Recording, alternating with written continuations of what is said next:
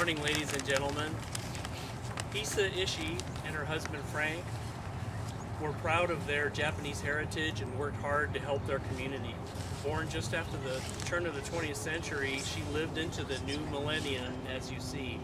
There are several Ishiis buried here, including Frank's parents down here. Hisa's story is told by Jennifer Jung, who is making her first appearance at the cemetery tour. She is a very talented actor, as you will see, as she tells Hisa's life story. So now please welcome Hisa Fuji Ishii. Welcome. My name is Hisa Fuji Ishii, and I watched the 20th century unfold for 96 years, from 1904 to 2000. I came to Long Beach in 1931 when I married Frank Ishii. My husband was such a bright man and a leader. He lived in Long Beach almost all of his life. His parents started out in San Francisco in the 1890s, but moved the family to Long Beach in 1906 because they had been so frightened by the great San Francisco earthquake and fire. His parents were immigrants who came as a married couple, which was quite unusual at the time. His mother traveled back to Japan to have her first two children, so Frank was actually the first American-born Nisei and Sisseton in his family. My parents also came in the 1890s to Berkeley, but unlike Frank's parents, mine came separately. My mother was actually one of the first picture brides. They were women in Japan who had arranged marriages with men living in the US. Frank actually had quite an unusual education. He started school at the age of 10 and graduated at 16. He scored so high on the entrance examination for Stanford University that they didn't believe him and tested him again. He did better the second time. Frank has a photographic memory. I also attended college at UC Berkeley and then worked at a Japanese shipping company. And about a year after Frank graduated, he went into business with his father, who called him home to help. He said he was too young to appreciate the extraordinary education he had received, but the truth is he was just being realistic. He knew that prejudice kept us from attaining most professional jobs. But Frank managed to make a career out of his father's business and opened up a flower shop on 5th Street between Pine and Locust. Although Frank had many friends, he never met that one special woman friend.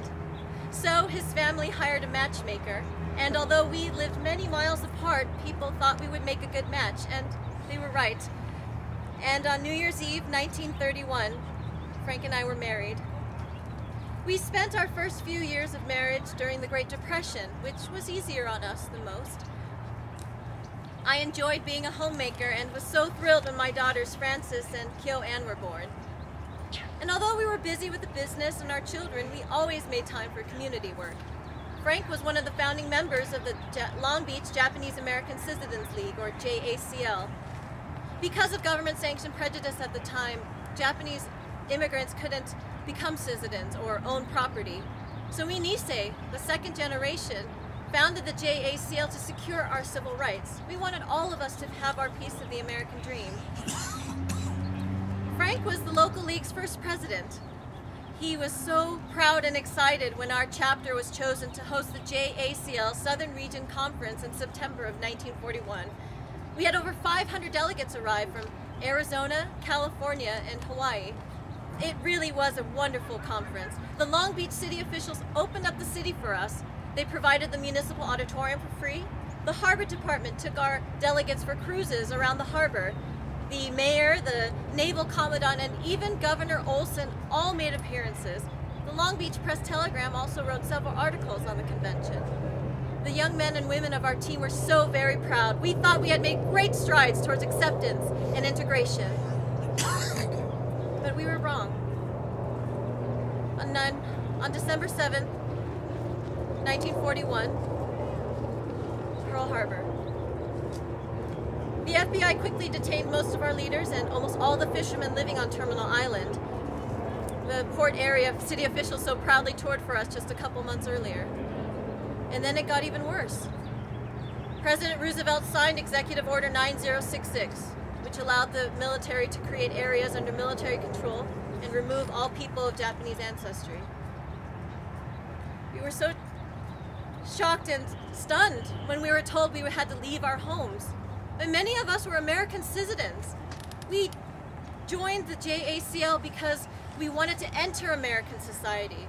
Our motto was creating better Americans for a greater America. So what were we to do?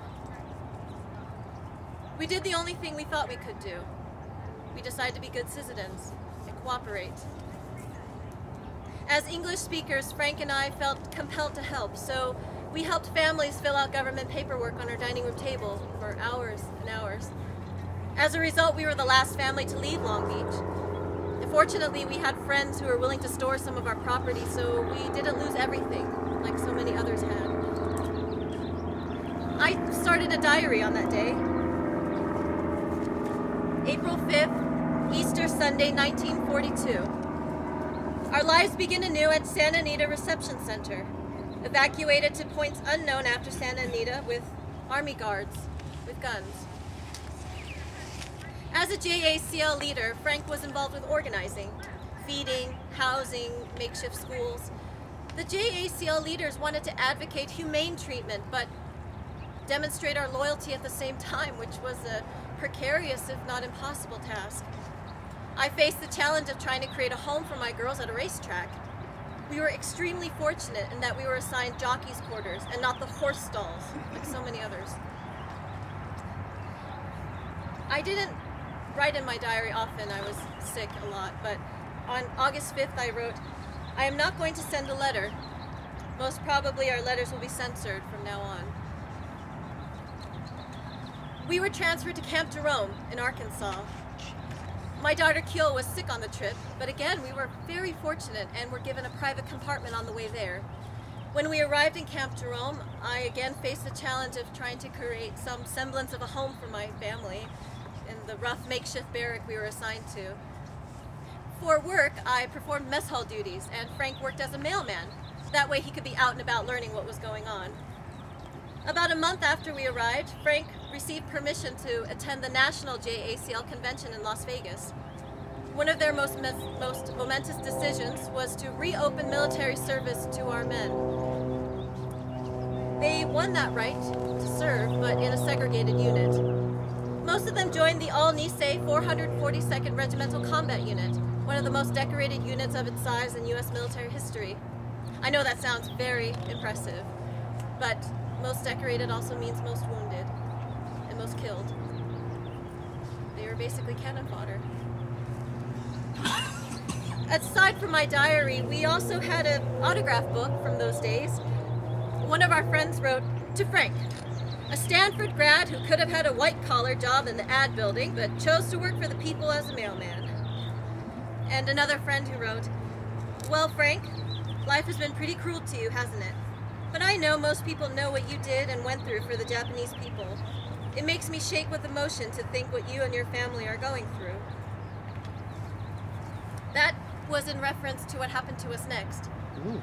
Frank was put on a hit list.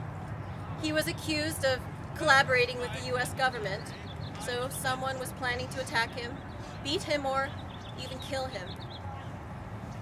Do you remember all that good luck? The jockey's quarters at Santa Anita, the private compartment on the train, Frank receiving permission to travel to Las Vegas. In some people's minds, all that good luck was just evidence that we were traitors to our people.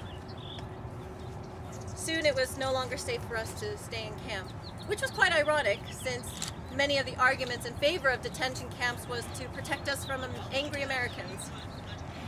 Now we are no longer safe inside or outside. And these were no idle threats. The national JACL leader Saburo Kudo was brutally attacked twice by fellow detainees. Camp officials decided we needed to leave for our safety, but that wasn't easy considering no one wanted us outside. But they found Frank a job in Chicago and a woman in Oak Park who was willing to rent to us a small apartment above her garage.